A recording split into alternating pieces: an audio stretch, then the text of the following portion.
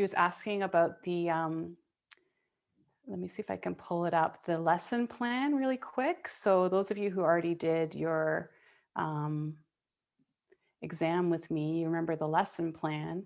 You know, I'm not the fussiest about the lesson plan, to be honest, and I don't want you to feel kind of overwhelmed by it, but this is just to show me that you've prepared your program. It helps me follow along as your evaluator, so I know, okay, what you're doing.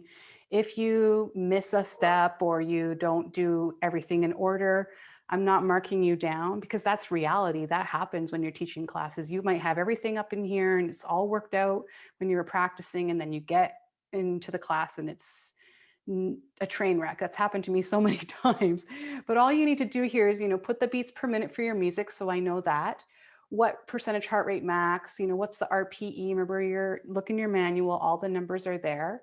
Your principal moves would be like, what are your warm-up moves? Maybe you're going to do marching, you're going to do step touch, you're going to do knee lifts, hamstring curls. You just write all that down. Movement blocks would be, I like to kind of know like how many you think you're going to do. Is it going to be 8, 16, a minute? Is this the kind of stuff you're looking for?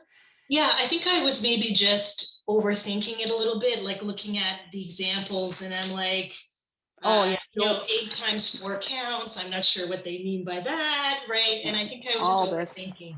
Yeah.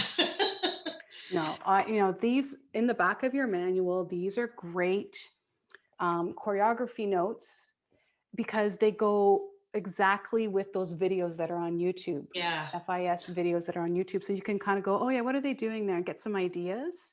But it's quite detailed. I'm not looking Okay. for that. It's worth 1 mark.